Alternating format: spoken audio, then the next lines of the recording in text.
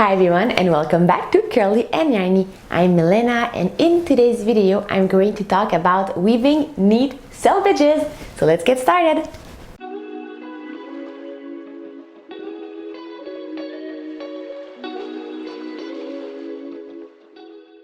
So when I started my YouTube channel, the very first video I made was about weaving neat selvedges. But at the beginning of my channel, I was very shy to talk in front of the camera, especially because English is not my first language. So in this video, I don't talk and I simply give up some tips that I try to show my best with my hands, and I also added some little text underneath. So this video is also very quick, so I don't really go in deep with the tips that I give. So even though this video is still very valid and I still think that it could help, I've been asked and I feel also that it would be worth it to make a second video about weaving neat selvedges. But for this one I'm going to talk to you directly and I'm also going to give way more details. So currently on the loom I have this project, which is a scarf that I am weaving using yarn from Hobbii. I have a whole video about the weaving of this scarf and I'm going to link it here and also in the description down below. So if you want to learn more about this project, please go and check it out. For today we are mainly going to focus on the technique of weaving neat selvedges.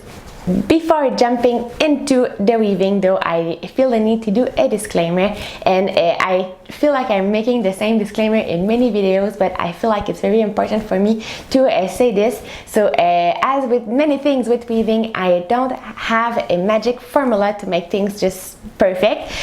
So the tips I'm going to give you today are really just guidelines and stuff to try out and to see if it works for you. So usually I share tips that work for me and that I like using, but doesn't mean that it is going to work with everyone.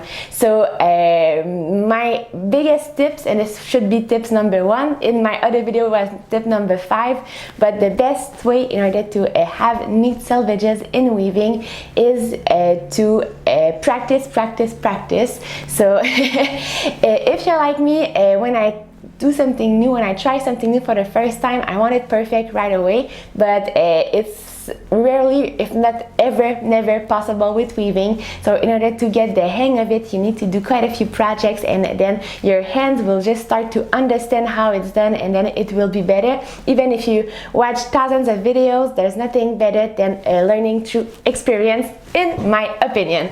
So basically what I want to say is I give you some tips, but feel free to try them out and try maybe other tips out as well, just to find what works the best for you.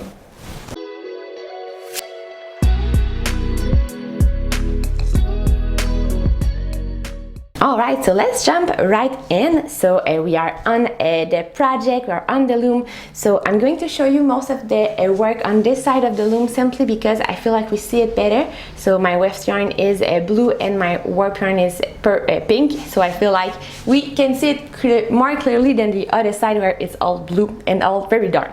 So I'm going to weave one pick and I'm going to walk you through everything that I do while I weave this pick to try to make the edge as nice as possible. So I'm throwing my shuttle in, then I'm gently pulling on my yarn. Here my yarn is pretty much where I want it. It's making a nice little edge around my last warp thread, so I'm going to pinch it there. I'm also going to make sure that I give it enough that let me show you. I also make sure that I make kind of an angle with it inside of my shed.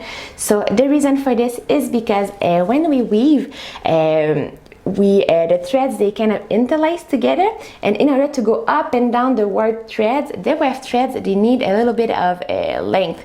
So basically the weft yarn needs a little bit more length than the width of the project because it needs to travel up and down and around the threads to go through. So we want to give the yarn this little bit of loose already, so this is why we're going to give it a little angle. So few things I did: make sure that my yarn was the way I wanted to, pinch it, give it some loose, and then now I can bead.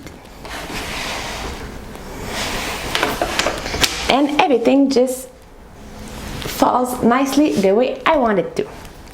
So now let me just do the pick on the other side. So I'm going to do it about the same way that I did there. So I'm throwing in my shuttle and make sure that my yarn is placed as I want it around the edge. I pinch it. I also make sure that I have given it an angle so that the weft yarn has enough length to travel the path, travel the whole path, and now I can beat.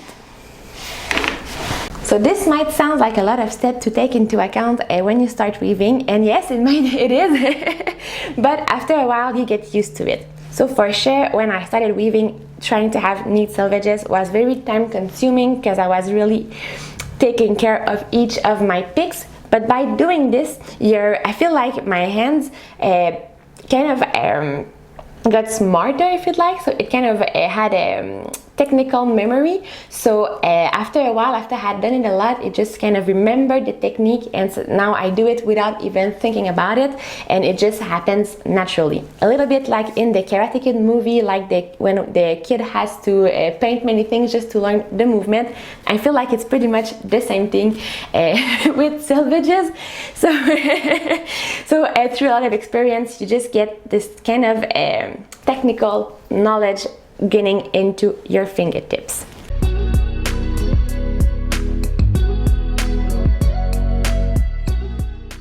So and now we've seen what to do, and now is my favorite part, it's what not to do. And to be honest, it's easier said than done. There's a few things here that I still do every now and then, especially when I am maybe sometimes in the mood or I don't think about what I'm doing. Sometimes those mistakes happen. So first thing we need to always be careful of is always to be mindful of how much yarn is out of the shuttle. So if you're weaving like me with a stick shuttle, you know that every time that you want to do a new pick, you need to unload the shuttle of a little bit of yarn in order to have some kind of loose yarn to do the pick. So here I have kind of a narrow project, so it's not exactly the best example, but let's try to, I'm going to fake it a little bit so that you would understand. So for example, I have not unloaded my shuttle more than this, so this is all the loose yarn that I have. So I'm going to throw my shuttle in, and then as I throw it in, if I didn't have enough loose, then I pull it and immediately I pull this angle here. So if I were to keep it like that, beat it, we already see that it just did an edges that comes inside of the woven piece. So it was a little bit too tight, and then all of the yarn just kind of got like, all of the warp yarn got smushed together. So here it is much denser for the warp than here, and if I were to weave another pick, we would be able to see it even more. And I did the exact same mistake I'm trying to show you on the other side. So very good example of what not to do. So now I have two edges that are coming inside of my hand woven piece. So when this happens, here's what I'm going to do. First, I'm going to unweave the other pick because this is not where I want to show you.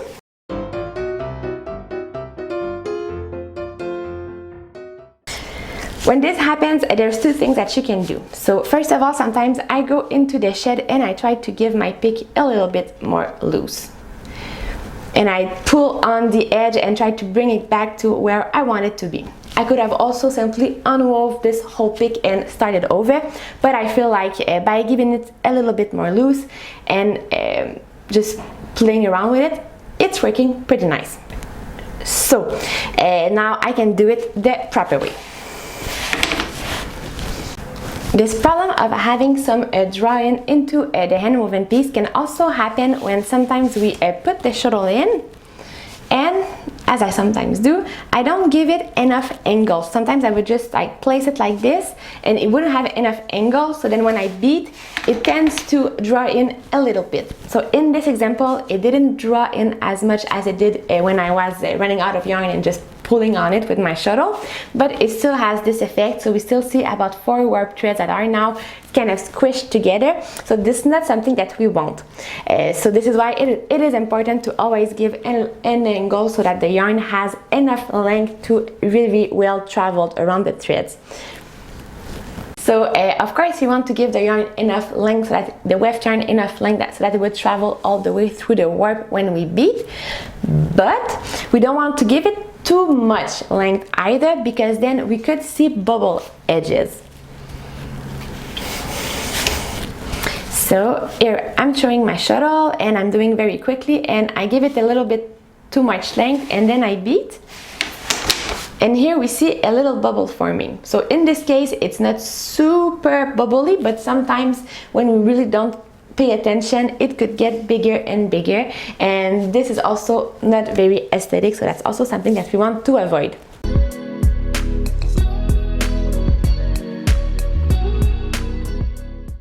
So there's something else that I feel that often impacts if my edges will be nice or not, and this is tension. When I have uneven tension in my warp, especially if the uneven tension is at the part on close to my edges or on my edges threads, I feel like then it's very hard to achieve neat selvedges. Most of the time it would be that my edges are a bit too loose, and then when I try to do my edges, they just tend to squish on my warp threads, and then I have like those bundles of warp threads on the edge that are very squished together, and I don't really like that. But this being said, having a even tension throughout the warp is very hard, especially when we start. So having even tension and neat selvedges are I think my two biggest challenges when I started weaving. So I'm going to give you a few tips to try to help with that. So again, trying them out and see what works best for you would be my best advice. I feel like giving tips for even tension could be a whole video in itself. Alright, so tip number one, when I have uneven threads, I often like to use a pickup stick. So what I would do, I would put my heddle, I didn't beat that, I would put my heddle either in the down position or in the up position, mostly in the down, to be honest, because this is often where my threads are uneven, and then I would insert the pickup stick at the back of my project. I have shown that a lot in other videos as well, especially the one where I weave cotton dish towel, so the most recent one. So I will link this video too. So basically I insert the pickup stick inside of the shed created behind the heddle, and then I pull the pickup stick to the back beam. So this has an effect to kind of wedge the threads, and then they would have a bit of an evener tension. Still, if you have a patch of thread that are much more looser, especially on the edge of your project, this would not always work, because since it is big, it's going to level all of my threads on my warp, so sometimes it would just not work as much as we want to. So when this is not working, then I would take a piece of paper towel and I would fold it a few times so that it would make kind of a thicker little patch, and then I would insert this little patch at the back of my loom under the threads that are a little bit looser. So it's a little bit different the way I insert it in this instance. So for this one, I'm not going to insert it inside of the shed. I'm really simply going to add it kind of a padding to my back beam. For example, those threads were the ones that were the loosest, so a bigger patch. I would take my paper towel and slide it underneath them, so not inside but underneath them. So since it is a little bit bigger, then my threads would get a little bit lifted, and this will help them have a little bit more tension. But if my problem is really like the one last thread of my warp, like this one little fella who really doesn't want to behave, then I would take something that is heavy and I would fix it to the thread behind the loom in order to give it some weight. And for this, really, I can use pretty much anything, the first thing I have on hand. Often I might use some pillbox that I have put stuff in it like pins, and then I would attach it to the threads, and then this would give it some weight and give it a little bit more tensions.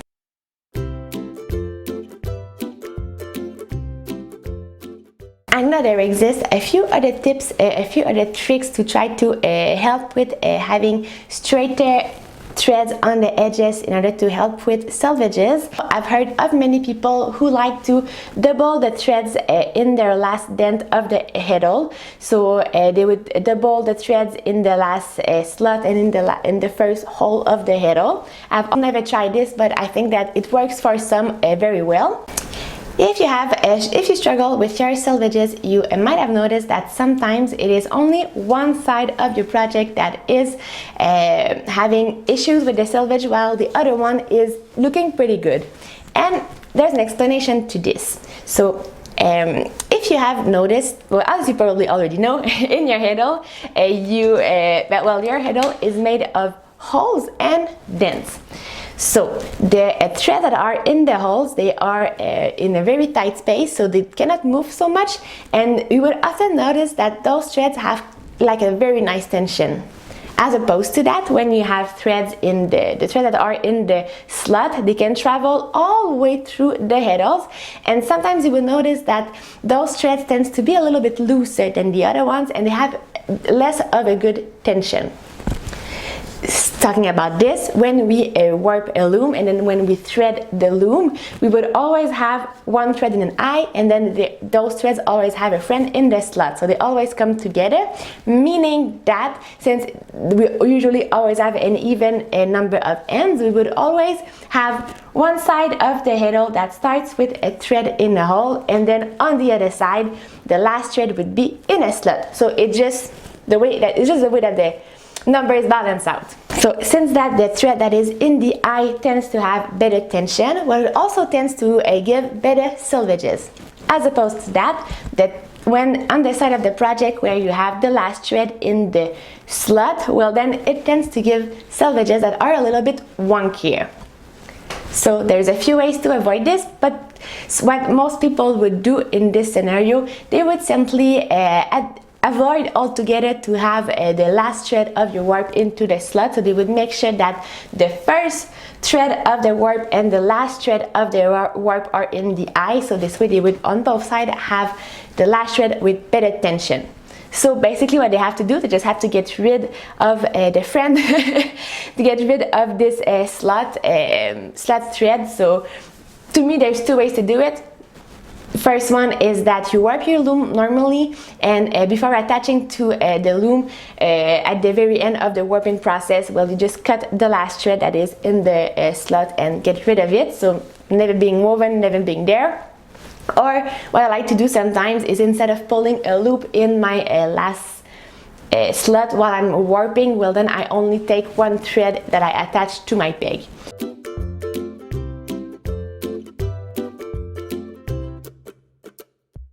So there are many things that can happen on your loom, but for most things that can happen on your loom, there's often a solution. So here I try to give you as many solutions as I know of and try to help you ease this journey.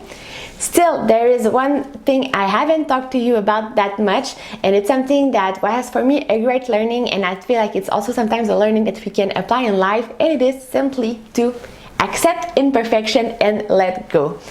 So for a very long time when I started weaving, like the first few projects, I was getting angry at myself because my edges, I wasn't satisfied with them, I found them ugly, and at some point I decided, well, you know what, it's art, I'm a human, I'm making this, so of course it's not going to be perfect, there's going to be mistake, and I decided to embrace this imperfection.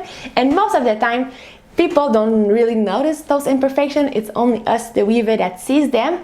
And since that I've accepted that my edges will not always be nice, and in a project there are a few times where I've pulled my yarn a bit too much and then it kind of draws in a little bit, I've accepted that this is what it is, and I live happily with that.